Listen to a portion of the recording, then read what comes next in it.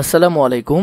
একাদশ এবং দ্বাদশ শ্রেণীর সুপ্রিয় শিক্ষার্থীবৃন্দ, আশা করছি তোমরা সকলে ভালো আছো। আজকে শুরু করব তোমাদের প্রত্যাবর্তনের লজ্জা, লিখেছেন আল মাহমুদ কবিতাটি থেকে। এই কবিতার সকল খুঁটিনাটি বিষয় থেকে শুরু করে সকল লাইনগুলো সম্পর্কে আমরা জানবো এবং এর ভাবার্থ সম্পর্কেও আমরা জেনে নিব। চলো শুরু করি। প্রথমে আমরা একটু কবি পরিচিতিটি দেখে নিই। প্রত্যাবর্তনের লজ্জা লিখেছেন আল মাহমুদ। অনেক সুন্দর একটি লেখা, তোমরা পড়ে দেখো।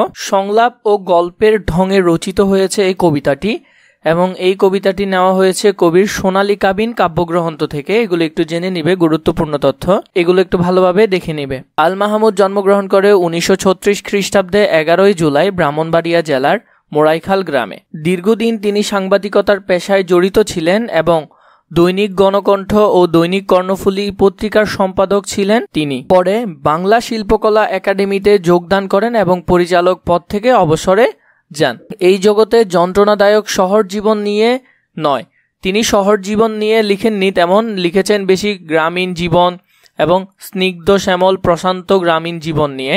তার কবিতার মূল বৈশিষ্ট্য ছিল এগুলো: গ্রামীণ জীবন ও প্রকৃতির চিরায়ত রূপ কাব্যভাষা সংগঠনে শিল্পিত করে তোলেন কবি আল মাহমুদ। তার প্রকাশিত কাব্যগ্রন্থের মধ্যে রয়েছে লোক লোকান্তর, কালের কলস, সোনালী কাবিন, মায়াবী পর্দা, দুলে ওঠা, অদৃষ্টবাদীদের রান্নাবান্না, বক্তিয়ারের গোড়া, আরব্য রাজনীর রাজহাঁস। শিশুতোষ কিছু কাব্যগ্রন্থ ছিল, সেগুলো হলো পাখির কাছে ফুলের কাছে। উপন্যাস ছিল ডাহুকি, কবি ও কোলাহল। এছাড়া এখানে আরো কিছু রয়েছে: আগুনের মেয়ে, এগুলো তোমরা একটু দেখে নিবে। ছোট গল্পের মধ্যে রয়েছে পানকড়ির রক্ত, সৌরভের কাছে পরাজিত, এরপরে হলো গন্ধবণিক, এগুলো তোমরা একটু দেখে নিবে ভালো করে। তিনি 2019 সালে 15 ফেব্রুয়ারি মৃত্যুবরণ করেন। শেষ ট্রেন ধরবো বলে একরকম ছুটতে ছুটতে স্টেশনে পৌঁছে দেখি, এটি হলো এই কবিতার প্রথম লাইন। এই কবিতায় চরণ সংখ্যা রয়েছে 35টি। সংলাপ ও গল্পের ঢঙে রচিত এই কবিতা। সোনালী কাবিন কাব্যগ্রন্থ থেকে নেওয়া হয়েছে এই কবিতাটি। 60টি চরিত্রের কথা এখানে বলা হয়েছে। চলো আমরা কবিতাটি একটু দেখে নিই। শেষ ট্রেন ধরবো বলে একরকম ছুটতে ছুটতে স্টেশনে পৌঁছে দেখি নীল বর্ণ আলোর সংকেত। এখানে নীল বর্ণ বলতে বোঝানো হয়েছে ট্রেন ছেড়ে দেওয়ার সংকেত। হতাশার মতন হঠাৎ দারুণ হুইসেল দিয়ে গাড়ি ছেড়ে দিয়েছে। এখানে প্রধানত বলা হয়েছে কবি অনেকের সাথে শহরে যেতে চেয়েছেন, কিন্তু তিনি স্টেশনে আসতে দেরি করে ফেলায় ট্রেন ছেড়ে দিয়েছে।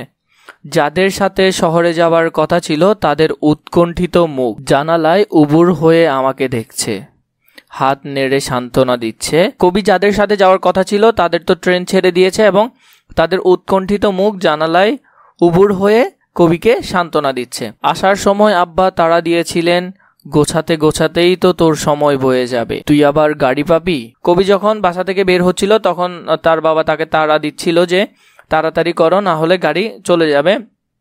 আম্মা বলেছিলেন, আজ রাত না হয় বই নিয়েই বসে থাক, কত রাত তো এমনই থাকিস। আমার ঘুম পেল, এক নিস্তব্ধ নিদ্রায় আমি নিহত হয়ে গেলাম। কবি বেশিরভাগ রাতে রাত জেগে বই নিয়ে বসে থাকে, তাই তার মা বলেছিল যে আজ রাতও না হয় বই নিয়ে বসে থাকবি। অথচ জাহানারা কোনোদিন ট্রেন ফেল করে না। এখানে তার ভাই বোনদের কথা বলা হয়েছে, তার মধ্যে একজন হলো জাহানারা। কবি তার ভাই বোনদের সম্পর্কে বলছেন, অথচ জাহানারা কোনোদিন ট্রেন ফেল করে না। ফরাদ আধ ঘন্টা আগে স্টেশনে পৌঁছে যায়। লাইলি মালপত্র তুলে দিয়ে আগেই চাকরকে টিকিট কিনতে পাঠায়। নাহার কোথাও যাওয়ার কথা থাকলে আনন্দে ভাত পর্যন্ত খেতে পারে না, আর আমি এদের ভাই। তাহলে এখানে যে ওর ভাই বোনদের কথা বলা হয়েছে, কার কি বৈশিষ্ট্য ছিল এগুলো ভালো করে দেখে নিবে, পরীক্ষা আসার সম্ভাবনা বেশি। জাহানারা ট্রেন ফেল করে না। ফরাদ আধ ঘন্টা আগে স্টেশনে পৌঁছায়। লাইলি মালপত্র তুলে নিয়ে আগেই চাকরকে টিকিট কিনতে পাঠায়। নাহার কোথাও যাওয়ার কথা শুনলে ভাত পর্যন্ত খায় না। 7 মাইল হেঁটে শেষ রাতে গাড়ি হারিয়ে এক অখ্যাত স্টেশনে কুয়াশায় কাঁপছি। কুয়াশার সাদা পর্দা দোলাতে দোলাতে আবার আমি ঘরে ফিরবো। এখানে দেখো কুয়াশাকে সাদা পর্দার সাথে কুয়াশার বৈশিষ্ট্য দিয়েছে সাদা পর্দা। সাদা বানানটি একটু দেখবে তোমরা ভালো করে। শিশির আমার পাজামা ভিজে যাবে, শিশিরে কবির পাজামা ভিজে যাবে। চোখের পাতায় শিশির বিন্দু জমতে জমতে নির্লজ্জের মতো হঠাৎ লাল সূর্য উঠে আসবে।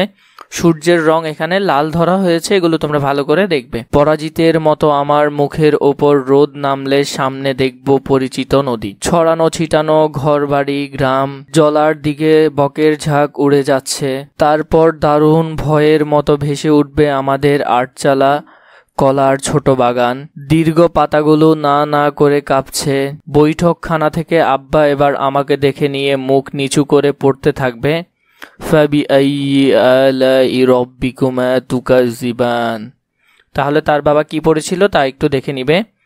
বাসি বাসন হাতে আম্মা আমাকে দেখে হেসেই ফেলবেন, ভালোই হলো তোর ফিরে আসা, তুই না থাকলে ঘর বাড়ি একেবারে কেমন শূন্য হয়ে যায়, হাত মুখ ধুয়ে আয়, নাস্তা পাঠাই। আর আমি মাকে জড়িয়ে ধরে আমার প্রত্যাবর্তনের লজ্জাকে ঘষে ঘষে তুলে ফেলবো।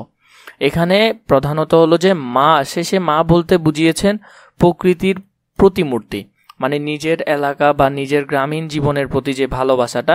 শব্দার্থগুলো তোমরা দেখে নিবে। আমরা চলে যাব পাঠ পরিচিতিতে। পাঠ পরিচিতি।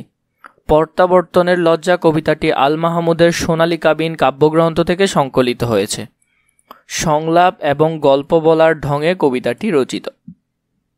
এছাড়া এখানে যে লেখাটা রয়েছে এটি হলো কবিতার বৈশিষ্ট্য, মানে কবিতায় কি বলা হয়েছে তার সার বা মূল কথা হলো এটি। এই লেখাটুকু যদি তোমরা ভালো করে পড়ো তাহলে সৃজনশীল আনসার করতে খুবই সহজ হবে। এছাড়াও এখানে কয়েকটি লাইন আমি তোমাদেরকে দেখিয়ে দিচ্ছি। সূর্যের আলো চোখে পড়তেই তিনি দেখতে পেলেন পরিচিত নদী গ্রাম নিজের আটচালা ঘর। এরপরে এখানে মা একই সঙ্গে প্রকৃতির প্রতিমূর্তি হিসেবেও দেখানো হয়েছে।